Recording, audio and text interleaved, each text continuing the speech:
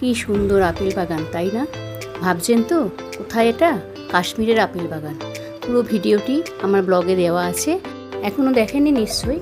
আরে যান যান, গিয়ে দেখে আসুন। এর সাথে আরও অনেক রকম জিনিস দেখতে পাবেন, যেটা একদম বাকরুদ্ধ হয়ে যাবে আপনার।